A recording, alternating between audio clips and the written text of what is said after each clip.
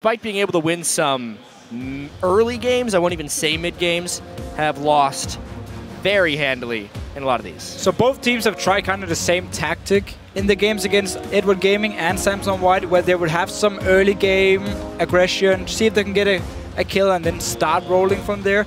It just didn't pay off for any of the teams. And now against each other, I feel like we're going to go back to more, I would say, safe picks and normal picks for these teams.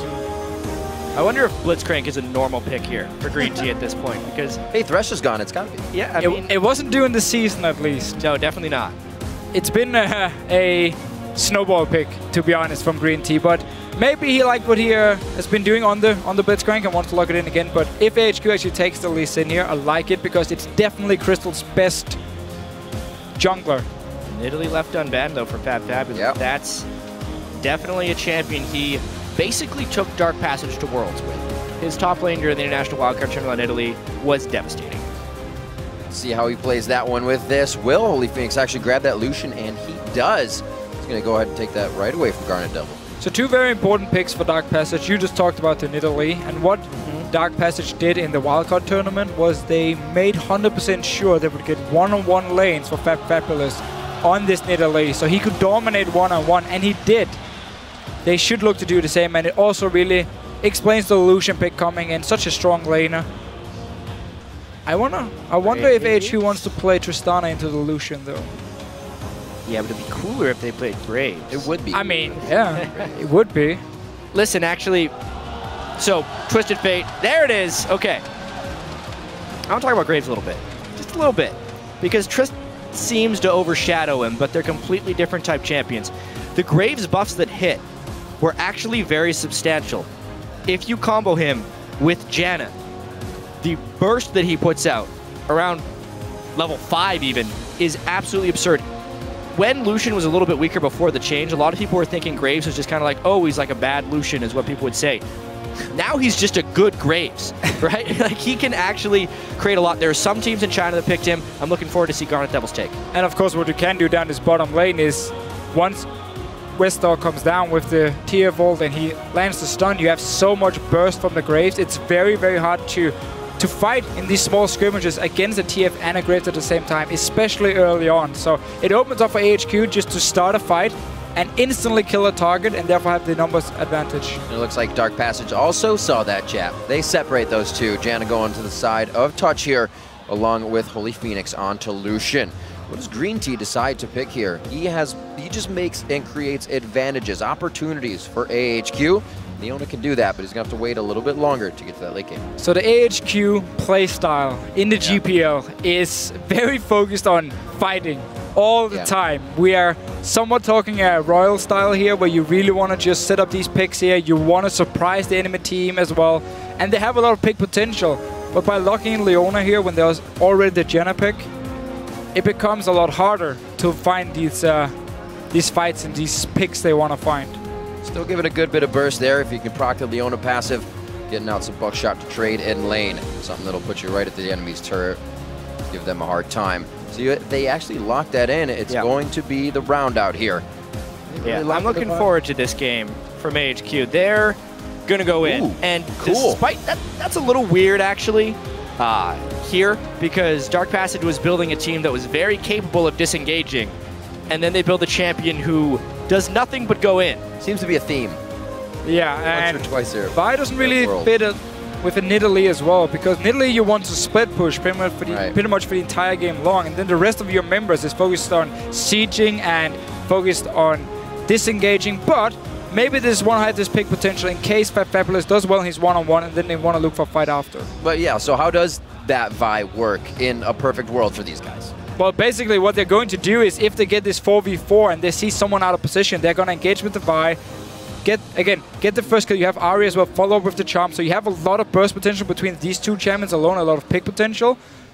Yeah, but at the same time, you kind of want to have more poke and more disengage as well. It would basically work if they can somehow get really far ahead in the game, because then if they have a strong Nidalee split pusher, they have the potential to both disengage and engage if they have like a huge numbers advantage. But at this level, you generally don't get that far ahead or have that type of numbers advantage. Well, it could be a long game, so we'll see. Last time these teams matched up, it went 40 minutes long, a little bit longer than our average games we've been seeing here at Worlds, but these two guys love to scrap it out as well. Dark Passage is not afraid to try to make plays ahead or behind. The match is about to get underway, so show the team some love and tweet hashtag AHQWin or DPWin to @LoL eSports, and we'll be checking in to see who you think will take that victory.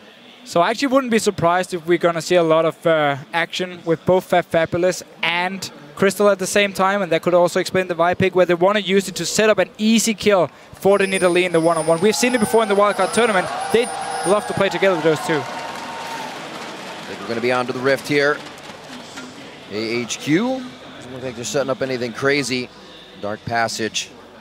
We'll see if they can get themselves into a position. See, it looks like it has Nas something up with his keyboard, maybe signifying that something didn't load correctly. We'll get that in just a few seconds.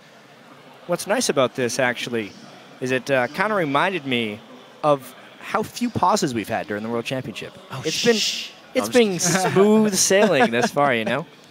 Knock on the desk.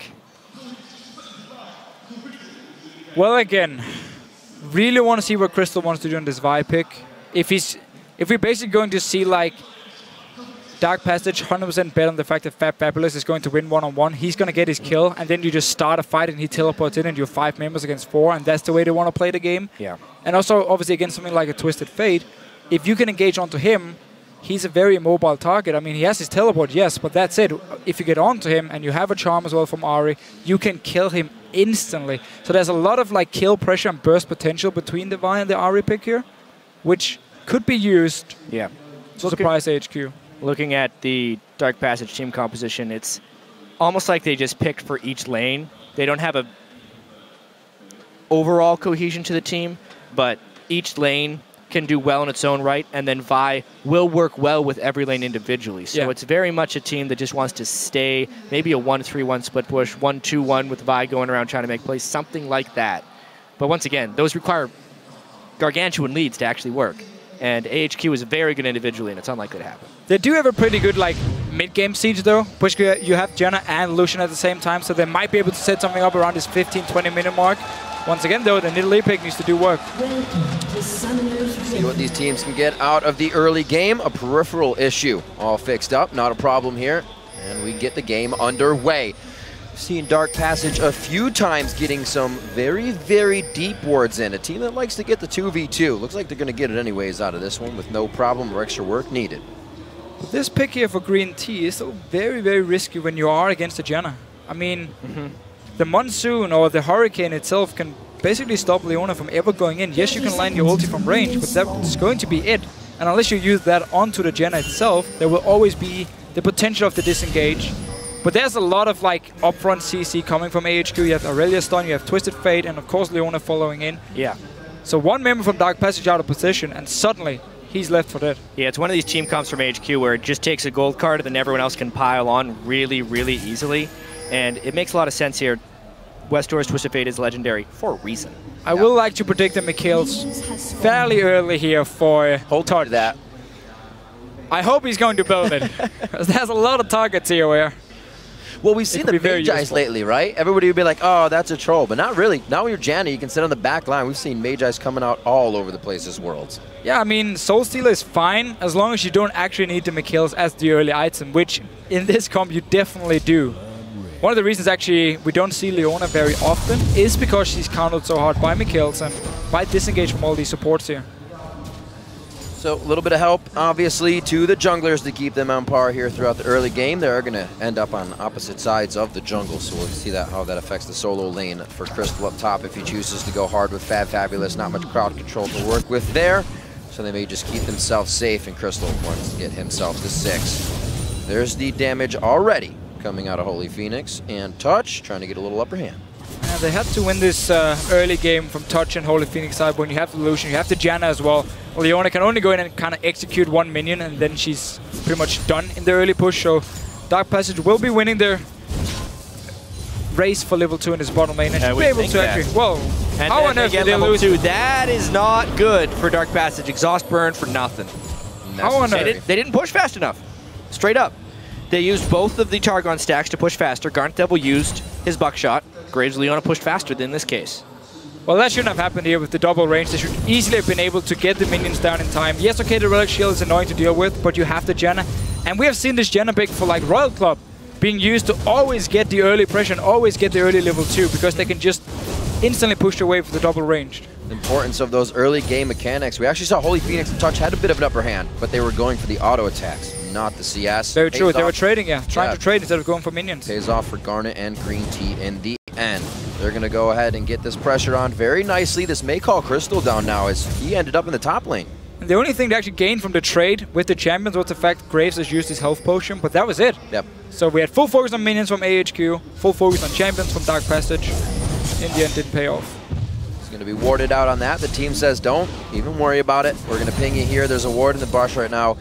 It looks like he's just going to go ahead and hover around the white in his jungle. Slowly waiting in the fog now. Nas sitting on his own ward, so he's safe for that one. Looks like that one just died behind red, so he's not going to be known that he's in the upper part of the jungle. Crystal, however, going for the gank. I'm a little surprised he's coming down here so early. The level 3 Vi gank is typically not super threatening, but they're hoping to catch Green Tea in an all-in. It was kind of given away that was spotted, and they backed up as soon as he walked on the ward. Could be a very nice path, though, for Crystal to come back around this one. Westdoor says, my Spidey sense is going off. I'm going to rotate up towards Nas. This will be a safe escape. Yeah, and he knows where Crystal is, and of course his own jungle on the top side, so he's should be fairly safe. Now he needs to be careful, though, because Crystal's been gone for a while, and he doesn't actually know where he is anymore. Yeah, if they could combo a charm, they may have enough damage to kill. Vi level 3 is actually pretty low on damage. I'm very surprised he's trying for so many level 3 ganks here.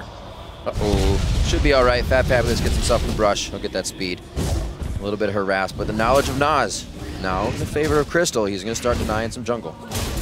Westo is actually not running Ghost on his Twisted Fate, like we see from most other regions or Twisted Fate players, simply just for the extra mobility, both in team fights and also for your ganks. It's extremely strong. He wants some more lane pressure here against Naru, so we could potentially see him and Nas try and go for some kills in his mid lane. Crystal, though, is back to farming, even though he did delay himself quite a bit by actually standing both in the bottom lane and then up towards his mid lane. We'll see where Crystal does from this.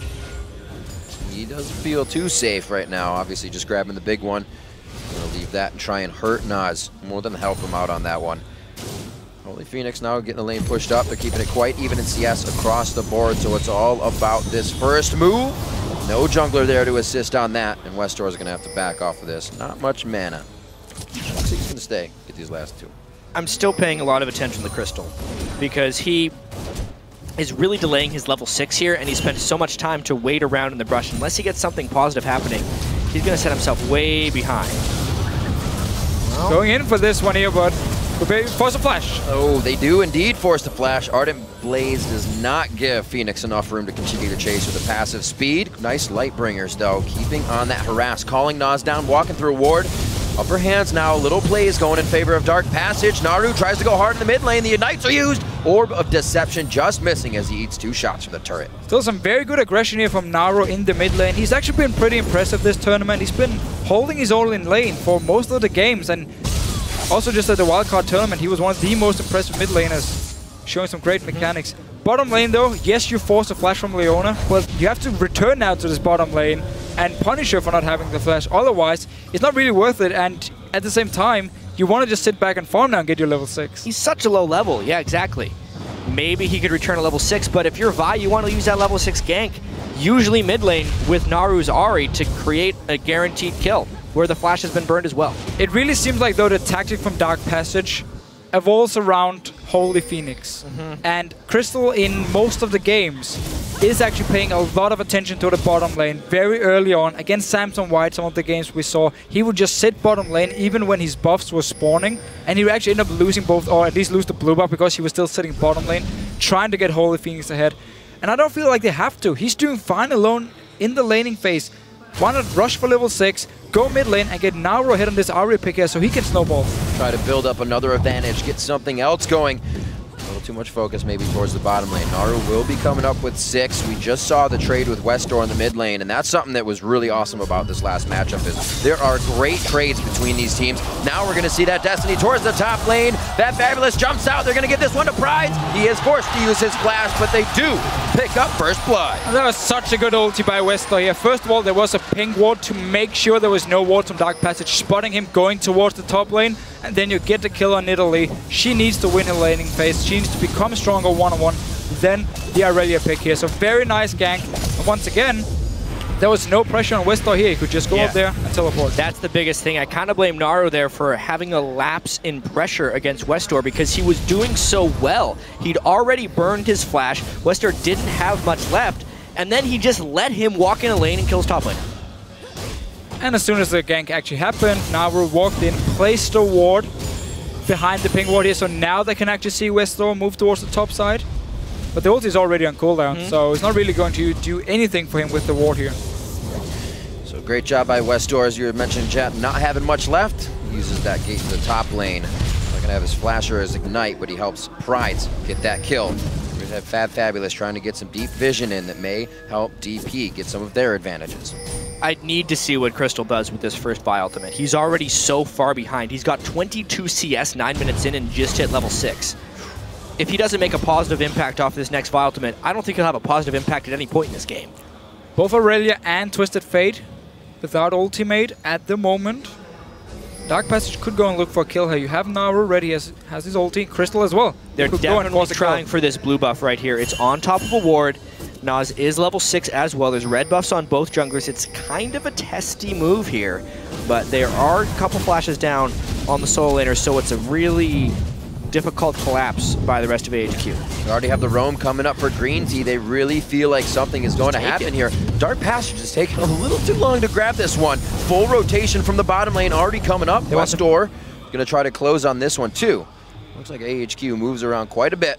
They're still going to get the blue on the side of Dark Passage. So they played it safe, but they did actually manage to pick up the blue buff here, and that was basically just AHQ saying, we have no flash on our solo laners, we don't want to risk this fight here, because one ulti from Crystal and Naru will follow, and then you have one dead Twisted Fate. We might just see it in the mid lane. Yeah, look at this from Dark Passage. 3 pink wards already out in the early game. Not something we would have ever seen in the beginning games here from them at Worlds. Absolutely making moves and getting those advantages in for themselves early. Those pinks also going to help stave off any kills that AHQ is going to continue to get by pressuring through. 10.5 minutes in, it's 1-0. It definitely feels like this game is on AHQ's schedule, more so than anything else. Westdoor hasn't been pressured without his flash. He was even able to get a gank off without his flash. Now Green Tea is level 6, where if they land a Zenith Blade onto Touch or Holy Phoenix, they may be able to straight up kill someone. He probably needs to just ult first and then follow up and try and lock down Touch for long enough before he can Hurricane on Monsoon, because as long as Touch is ready, Green Tea should never be able to land his E and actually engage straight onto them. So he should be forced to use ult from range. Up in top lane though, small skirmish going on. Back and forth, both level 8. The heals going to come in to help Fabulous stay sustained on that one. Crystal missing a pink ward towards the top lane. He's going to start heading down towards mid, but still no assault and battery from him just yet. Uh-oh. Touch in a bad spot, but Ari was there to block. Yeah, they don't have the vision. So it's pretty funny with this top lane matchup we have, because Aurelia will actually hit a point where she becomes stronger just in a straight up burst one-on-one. Like once she gets her Trinity Force, and there's a Trinity Force on the side of Nidalee as well, Aurelia should actually be able to win it. Simply also because Nidalee no longer gets this like level 6 power spike, because she has her ulti from the start, which she obviously didn't used to have. However, second item after Trinity Force and suddenly the Nidalee pick should be stronger once again, especially if you get a defensive item and Aurelia don't have enough damage or burst to actually take you down. Yeah, to me though, the fact that Fabulous didn't press the range advantage earlier on in the game is a pretty big win for Prides. The mid game there will be strong, plus that's the Leona power. Bada bing, bada boom, Touch goes down in the bottom lane. 3 getting a piece of that one, and the solar flare was spot on. Looks like we're going to be getting a turret or at least a dragon out of this one for AHQ. That was such a risky play by Touch, just running down. He had no wards at all in the bush, which actually meant he wasn't ready to react once Green Tea engaged onto him. And we talked about how it shouldn't happen when you have the Janna pick. You should be able to force Leona to actually use the ulti as the main engage. this time around because there's no ward and he just walks straight into it. We also see the potency of the Graves pick in that situation, right? Oh, crazy. Of all the other 80 carries, he's going to burst harder than all of them. They did it during the duration of the stun, and they stopped Janna from being able to disengage. Keeping slight gold lead in their favor on the side of AHQ. And starting to get kills around the map now. At least everybody has participated in one of these 2 kills, which is going to help with a few of those item creations, at least the middle part of the recipes. Slow lane in this top side right here, like you're saying, Fabulous not really pressuring on one of his main champions and allowing himself to really be taken out of here. Pride's coming up strong on this one. Another Blade Surge to keep himself closed in. Great use of his follow-up. And this was the power spike for Aurelia we talked about here. Again, level 6 from Nidalee. She doesn't really get anything extra. And they're both building towards the Trinity Force. Fabulous, you might end up dying here. Indeed. Not going to be able to get a heal for himself. He walks in for one last paper cut, and he goes down. All in potential for Prides. Too much. And all of it's made possible because Dark Passage has no pressure on the map. They're being able to slowly and methodically set up these easy kills. No wards in the bottom lane sets up a kill. Easy pressure in the top lane and no pressure in mid lane sets a kill up in the top lane. Dark Passage can get out of this. We did see when AHQ started to take a hold last time, they were making some desperate moves, but those desperate moves ended up putting them farther behind. And we really see Westor put all his attention on this Nidalee pick here to make sure Prides can be stronger for a longer time of the game in his one-on-one. So he even gives up the Dragon for it, but it should be fine for him simply because they want to shut down this Nidalee pick so hard. Oh, Touch, you might be in trouble again. Oh, Holy Phoenix, he gets the Relentless Pursuit off. Missed it. Collateral damage just on the outside. The cone missing, and it looks like they do not come up with a kill that time. Gotta land your ultimate. That's the biggest thing. I don't think it would have been enough to kill, but it may have burned a summoner spell. See mid lane here, Westor. Great dodge by Westor. Good damage. Wild cards coming out. That is a lane win for now. There's still a blue buff on Naru and some potions, so he's going to be healing up just a little bit. Prides looking to get deep on this one. Finds Crystal level 10 to level 8. He is not long for this world. One more transcendent shot. Nice. Right to the ankles. Well played by Prides here, moving down. He actually was looking also for the dive onto Naru. He might come anyway. Whether it's a hook or the sun, Green Tea's spot on with his lockdowns, but they cannot follow up a nice monsoon by Touch there. It's not over yet, though. Nas providing himself with a kick. Touch trying to flash out of that one. And they it looks need a lot of help. Wow, they are just going to close down on this mid turret right now. Naru's going to be going down. AHQ picking up Dark Passage, trying to make those plays. And AHQ is just doing whatever they want on the map at the moment. It started from Prides, killing the top tower, walked down to this mid lane here, was actually sitting ready to dive on Naru, and then Crystal just runs into him. There was no wards at all. He managed to get the first kill. The rest of the team follows up here, and they just get so many kills. We're 15.5 minutes into the game. I don't think Crystal's used Assault Battery. He has never been in position to use it, is one of the biggest things. He's only been running away, and there just haven't been any windows here for him to sneak in. Not bot lane, not mid lane. He needs to be able to use it. He's just getting caught out. Here. There it is. Ooh, this could be bad. That was a nice assault and battery, but where's the follow-up? They don't have any slow to continue this fight. A Howling Gale to maybe come out. No. Teleport from Prides, and he's going to start locking it down with the fight. He starts off. He comes in with a double buff, so he's probably going to be going hard under this. The turret's going to follow after. One more Blade Surge, and Prides is having the time of his life. That is all of the top lane ganks from Westor's TF coming to fruition. 5-0-1, but he had the Trinity Force before that teleport and just destroys Dark Passage. The walk-up stun as well. Yeah, so first ult action from Crystal onto Green Tea, and then he just managed to log onto him, escape as well from both Holy Phoenix and Touch, and it's just a matter of time before teleport comes in. We have Nas down here as well on the Lee Sin, and just cleaning it up. It was so nice here from Prides. He actually was able to last hit with his Blade Surge on the first target to get it and have the reset onto Touch. Oh, it was one. This is unfair. Oh, it's 4 people. Fabulous. Oh, Green Tea's like, I want a piece. Give me a piece here. A teleport up to the top lane. Pride's still going now onto Crystal. He's going to get another one for himself, and this is just getting a little crazy. Yeah, we've all been in this situation where the enemy team has an Aurelia who just snowballs out of control, and she can kill everyone in this one-on-one here, and Fabulous just constantly being shut down by multiple members from AHQ. Better nerf Aurelia. better shut her down a little bit, or at least stop people from helping her out, because this is just out of control. Prides has been enormous for AHQ. He picked up Nidalee over Fat Fabulous last game, and he still wrecked a game with it. Now giving Fat Fabulous his main champion. Uh-oh. Pride's now to the bottom lane. He goes for Holy Phoenix here. Not being able to use the Relentless Pursuit to get out of this. Oh, collateral damage. One more shot. Nobody's going to be in range. Oh, he can't smoke him out. They're going to get out of this one alive. Fat Fabulous in the top lane. Oh my gosh, they cannot keep him alive for more than 2 minutes. 18 on the clock, 12 kills on the board, and now a 7,000 gold lead. The ganks are just coming in every conceivable moment right now. The lanes have broken down. Everything is just completely crumbled and fallen apart for Dark Passage. You pretty much only have one option now, and it's actually to pull a Starhunt Royal Club.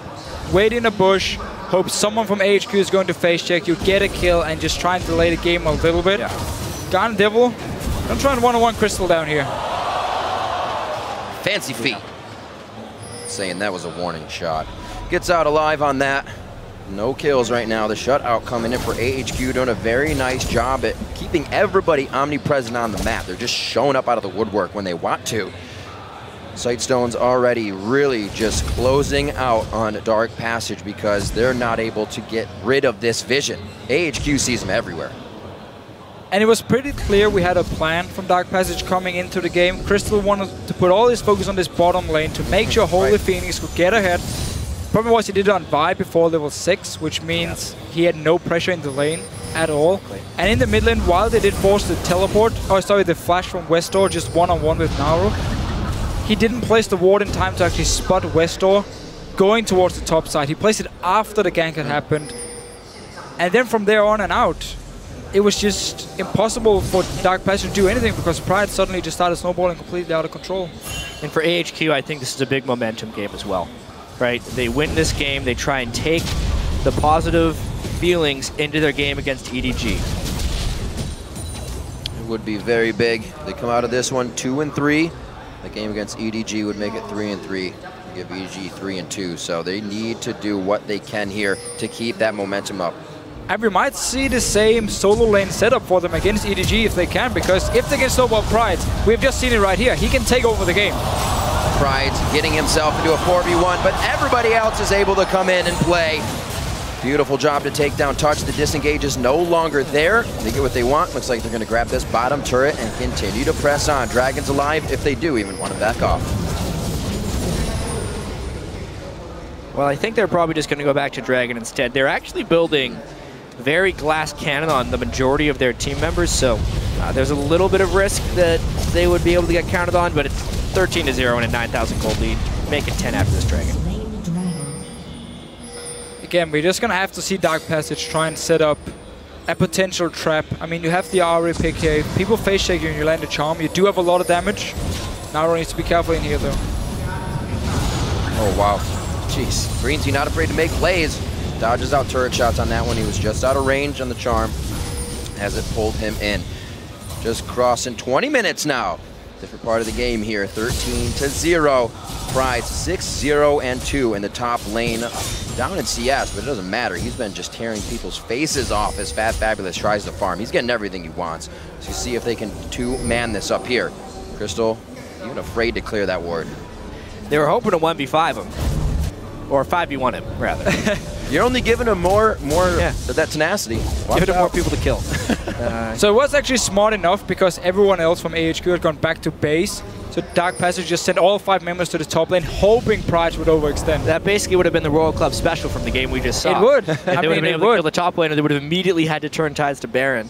But the worst part about that play was we have seen Royal Club do it before, and yet weren't ready for it until we saw the fist sitting in the bush and was like, oh, they want to kill it Dyrus right here. Oh, that play again. Oh, right, yeah. Now AHQ, definitely a possibility to focus on closing this one out, working on getting into the base as fast as possible. Teams are definitely going to see a weakness here if they cannot close this out, and they're going to use it against them.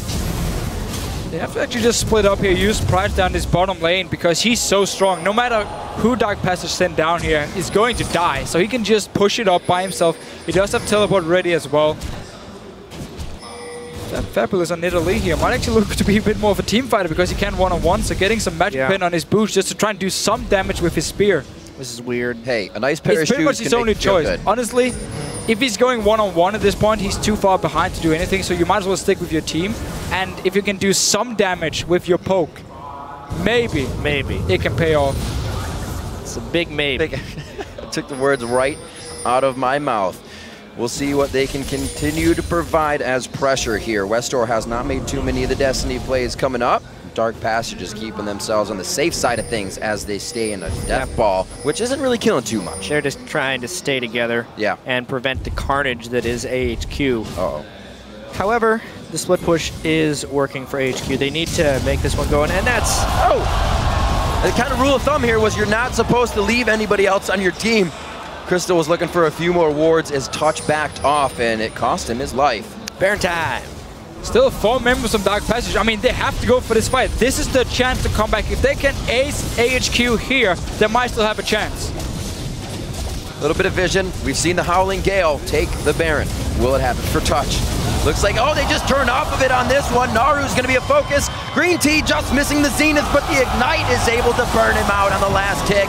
A few more shots. Pride picks up 7-0-3 on the game. It looks like they're going to head back for Baron. It's all about the turn and kill right there for AHQ. They have enough CC and enough initiation that they're completely neutralizing Touch's Monsoon. Here we go. Crystal's going to try to get into range here. Pride's with just about the amount of HP Fabulous has. Still able to fight him down from full. And it looks like Crystal can get into range here. Let's see what AHQ does to trick them into trying to fight this Baron. They keep staying at this Baron here, so Dark Passage actually managed to force them away, force them to go back to base. Delayed him just a little bit. The thing is, AHQ has 2 options right now. You can keep forcing this Baron here. At some point, you will get the picks you need. You will get the team fight, and you should be able to take the Baron. The question is just how long is it going to take you? Otherwise, just go back to what you did before. Westor sitting in the mid lane. You have Garnet Devil and Green Tea sitting in the bottom lane, and you have Pride sitting in the top lane. And you just push up every single lane because you are so strong in one-on-one 2v2. Wow. And it's easy for Westor to just pick one of the lanes and say, okay, I'm going to go kill top lane, kill it, get the tower, push it into the base. So much map pressure for AHQ. Again, can they put that pressure down right now? They're kind of looking for kills. It's all about closing out the game. Teams are going to be able to do that quite fast as we make it out of the group stages. 16-0, looking very good. They got to feel confident, but they're not over-pushing, which is going to get themselves in trouble. Fabulous doing what he can to try and grab vision because they are not able to keep their wards up on even their own side of the jungle. Crystal, level 15 to 11 we're looking at right there. Not having the best game. HQ should pick up the pace a little bit, honestly. They're up 16 kills to 0. Obviously, they don't want to make a mistake. They're going to try and rinse and repeat exactly what they have done previously. Pride had to use teleport before, though, which will actually hurt them a little bit in terms of the split pushing, because he's not able to be down his bottom lane right now. Let's see if they actually want to start this Baron. They do. I think they've scared Crystal off enough. Garnet Devil. Looks like he's trying to be a one-man bouncer on this side of the wall. They can always use the ultimate of Westor if they don't have the vision, but that's not even really going to happen. There's wards However, everywhere. without Garnet Devil, they're doing almost no Baron damage. This is not very well play there. Definitely a weakness seen in the strategic call there, but they finally pull somebody over. They're just playing the waiting game, I guess. They need to get into the base soon. But we've seen this before from Touch. I mean, he's running alone here. He's playing way too careless, and he actually ended up costing him his life again. He could have stayed with his AD carry with the rest of his team on the top side, because they already forced AHQ away from the Baron, and then they just managed to get a free kill. Luckily, though, for Dark Passage, they don't actually get anything from it.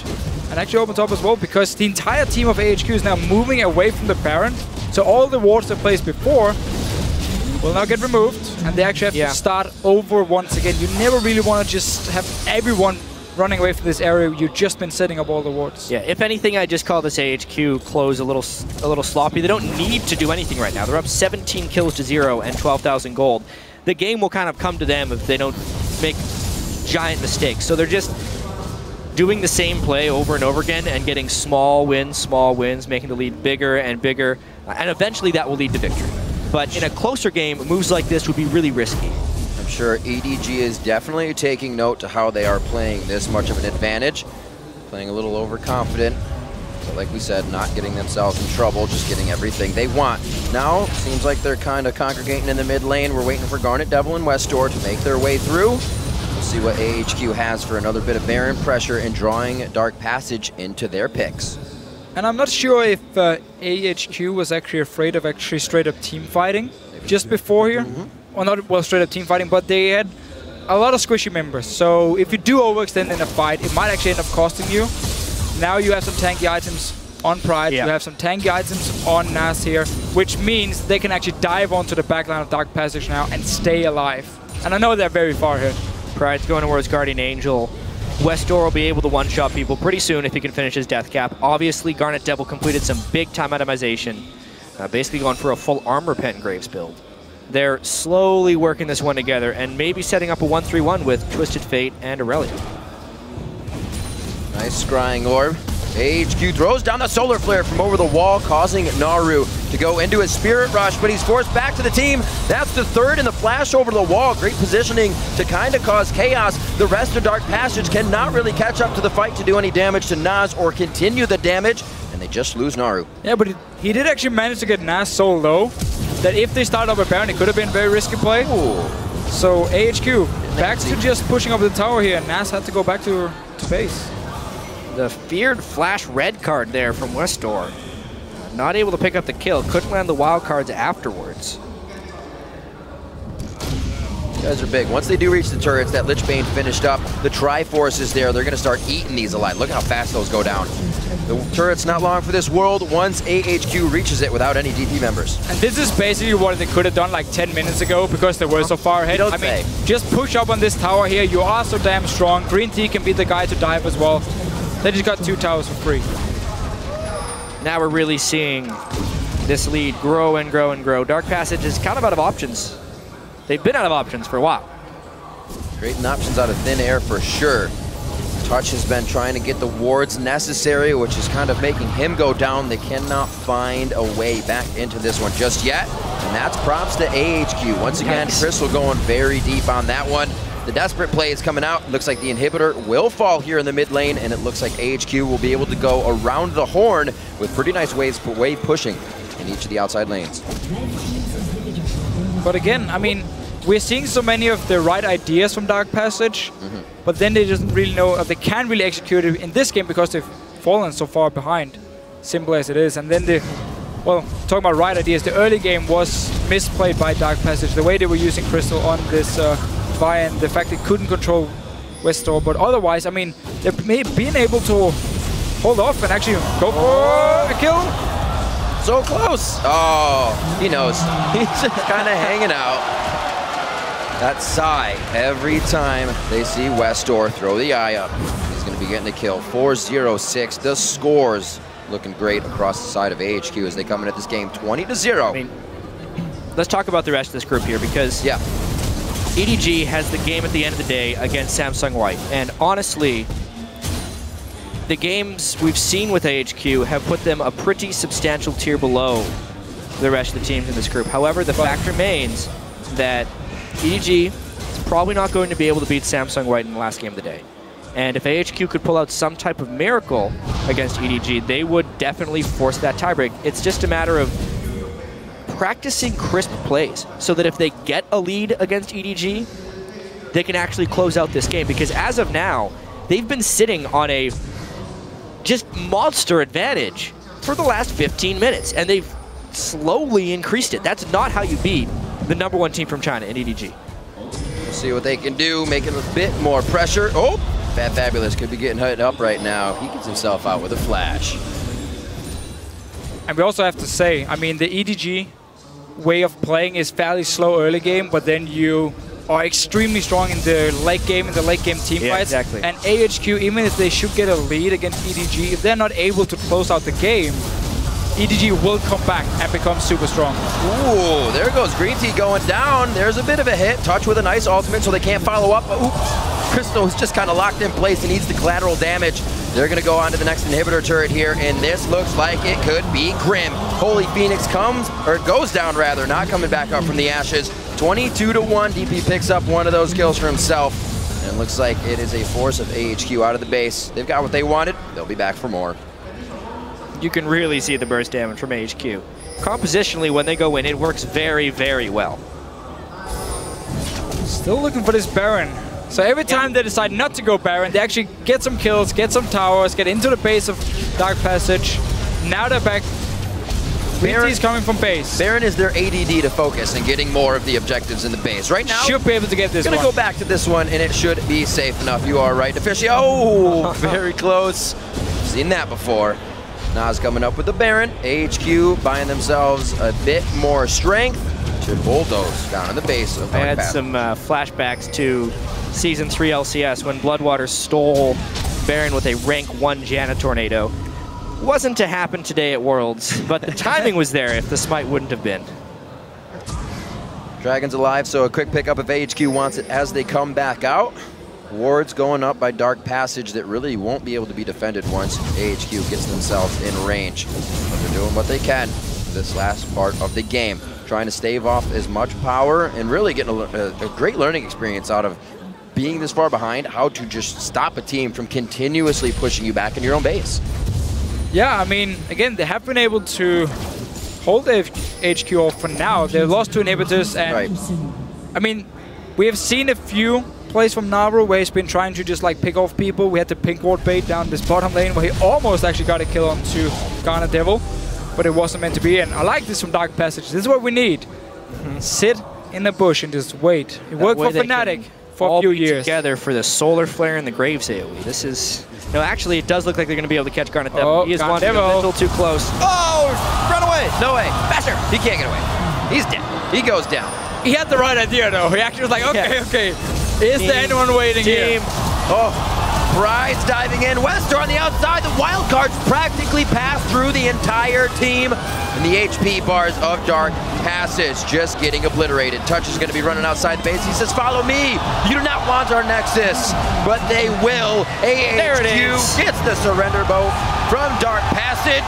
And they Nexus-size their right to victory. Look at the scoreboard there. 27 kills to 2. Definitely the better team in this matchup. Oh, for sure. I mean, it was all about Westor and Pride in the start. Both gangs from Westor went to the top lane. They got kills onto Fabulous up there, got Pride rolling, got the tower. Didn't even care about the dragon, gave it to Dark Passage just to snowball Pride's. And obviously it paid off because suddenly he could just teleport down to bottom lane, pick up some more kills, and take over the game, to be honest, together with Westor. Pride's is a guy you need to shut down because he plays with a lot of it. He comes out very strong for the team, and we saw Westor making that a point in the early part of the game. Strong play from all of the AHQ members in this one. Still really scary, the fact you can have like 20 kills to 0, and you still use, what were we, 34 minutes into the game to actually finish it here. I mean, because at first they were baiting the Baron for like 5-6 minutes. Dark Passage managed to always, you know, interrupt them, and yeah. The nice thing is they still were able to pull off that nice victory in front of the home crowd. For sure. There hasn't been too much to cheer about. TPA obviously having their struggles in the group stage. AHQ struggling as well. This is the last hope, really, from the GPL region. They lose one more game, they're out. But I totally agree. The story of this game is how long it took after their initial surge.